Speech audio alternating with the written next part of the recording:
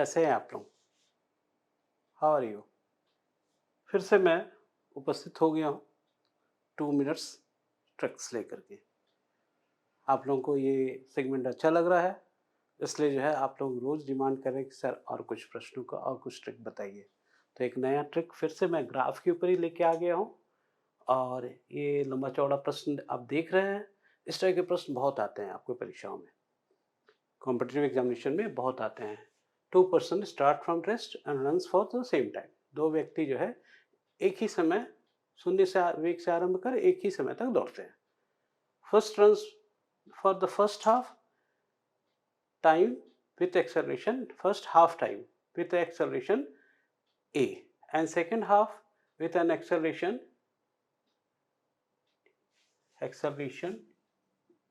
इसका spelling with 2a. Second person runs first half with the acceleration 2a and second half with the acceleration a. Who will cover more distance? कौन सा व्यक्ति ज्यादा दूरी तय करेगा? 2 व्यक्ति शून्य वेग से आरंभ कर समान समय तक दौड़ते हैं। पहला व्यक्ति प्रथम आधा समय a त्वरण से एवं द्वितीय आधा समय 2a त्वरण से दौड़ता है। दूसरा व्यक्ति प्रथम आधा समय 2a त्वरण से और द्वितीय आधा समय a त्वरण से दौड़ता है। कौन सा व्यक्ति अधिक दूरी तय करेगा? इसमें ऑप्शन है आपका प्रथम व्यक्ति, द्वितीय व्यक्ति, दोनों समान दूरी तय करेगा और कुछ कहा नहीं जा सकता। अब इसमें कौन सा सही होगा? आप लोग खुद तय कीजिए और कैसे इसको करेंगे ये भी मुझे बताइए। देखिए, इसको सामान्य जो मेथड है करने का वो ये है कि आप मान लीजिए एक व्यक्ति ए बिंदु से स्टार्ट करता है, आधा समय तक मान लिया जाए टी समय तक ये u इक्वल टू 0 है और ए त्वरण से दौड़ना शुरू करता है। प्रथम ए त्वरण से दौड़ना शुरू करता है, यहाँ तक पहुँचता है, फिर यहाँ से ये 2a त्वरण से दौड़ता है और ये डिस्टेंस ट्रेवल करता है। तो आप जानते हैं s equal to ut plus half at square. इस फॉर्मूले को यूज़ करेंगे तो u 0 है, हाफ at स्क्वायर, t समय लिया, यहाँ पे भी जो है आप t समय ले लिए, तो हाफ at स्क्वायर इतना दूरी तय करेगा। फिर हमें इस पॉइंट पे इसका वेलोसिटी निकालना पड़ेगा, v equal to u plus at। इस फॉर्मूले से हमको इसका वेलोसिटी निकालना पड़ेगा इस पॉइंट पे, और फिर इसको फिर से आप s1 मान लो है, s2 इक्वल टू u, तो ये v लेंगे और फिर से t plus half at square, तो ये s1 प्लस s2 हमको आएगा। v के जगह फिर हम लिखेंगे u plus at into T plus half at square. अब ये दोनों को जब सॉल्व करेंगे तो हमारा फॉर्मूला इसके लिए डिस्टेंस आएगा। इसी तरह से दूसरे के लिए यहाँ पे 2a लेंगे, यहाँ पे a लेंगे, मतलब एक फॉर्मूला आपको एक के लिए 3 बार फॉर्मूला यूज़ करना पड़ेगा, फिर दूसरे के लिए 3 बार फॉर्मूला यूज़ करना पड़ेगा, फिर इतनी कॉम्प्लिकेटेड इक्वेशंस आएंगे। अब इस इक्वेशंस को फिर से आपको जोड़ना पड़ेगा, तो फिर आपका सॉल्यूशन आएगा। और वो भी जो है पता नहीं आप जज कर पाओगे कि नहीं, क्योंकि इसमें वैल्यूज तो कुछ दिया हुआ नहीं है, तो सही क्या है गलत क्या है ये जज करना थोड़ा सा मुश्किल होगा। अब मैं आपको एक शॉर्टकट ट्रिक बताता हूँ जिससे आप तुरंत आप बता देंगे, और वो ट्रिक क्या है? ग्राफ। अभी ग्राफ वाला क्वेश्चन मैं इसके पहले इसमें बताया था, फिर से हम लोग ग्राफ के ही क्वेश्चन कर रहे हैं। आप इसमें वेलोसिटी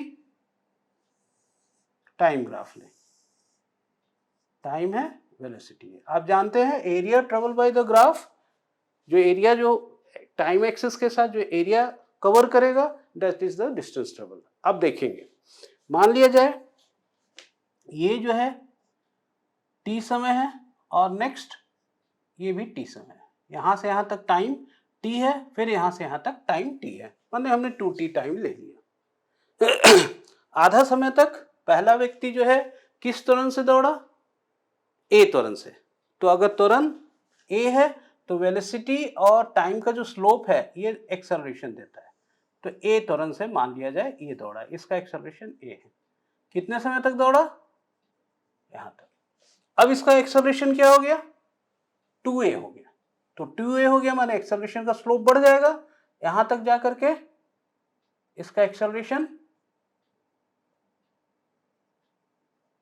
ये 2a एक्सेलरेशन से गया, और मान लो हम इसको O A B कहें। इसी तरह से इसको भी आप नाम दे दीजिए T1 और T2। अब हम जानते हैं कि अगर एक्सेलरेशन ज्यादा होगा तो इसका स्लोप भी ज्यादा होगा। अब दूसरा व्यक्ति जो है प्रथम आधा दूरी किस तरह से तय किया, 2a, तो a की तुलना में 2a निश्चित रूप से क्या होगा, अधिक होगा। तो ये यहां तक जाएगा 2a त्वरण से, और फिर इसका त्वरण कम हो गया,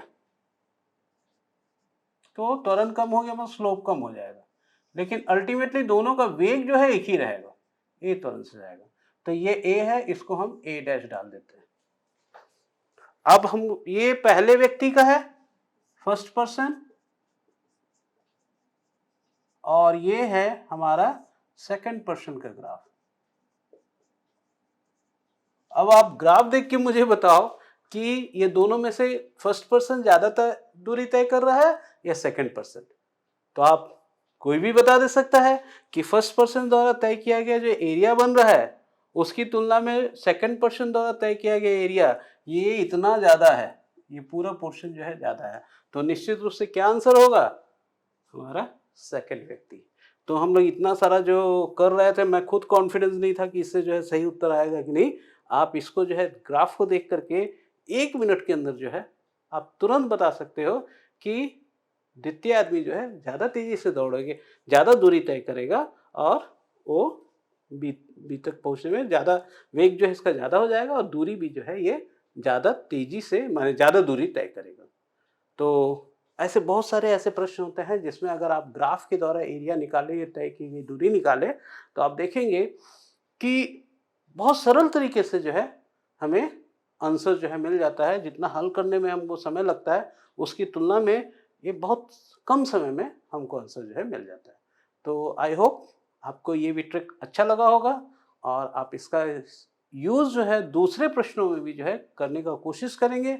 अगर और कोई प्रश्न में आप ऐसा यूज़ करके उसका सही उत्तर निकालते हो तो मुझे ज़रूर कमेंट बॉक्स में कमेंट करके बताओ, तो जिसका लाभ दूसरे बच्चे भी उठा सके।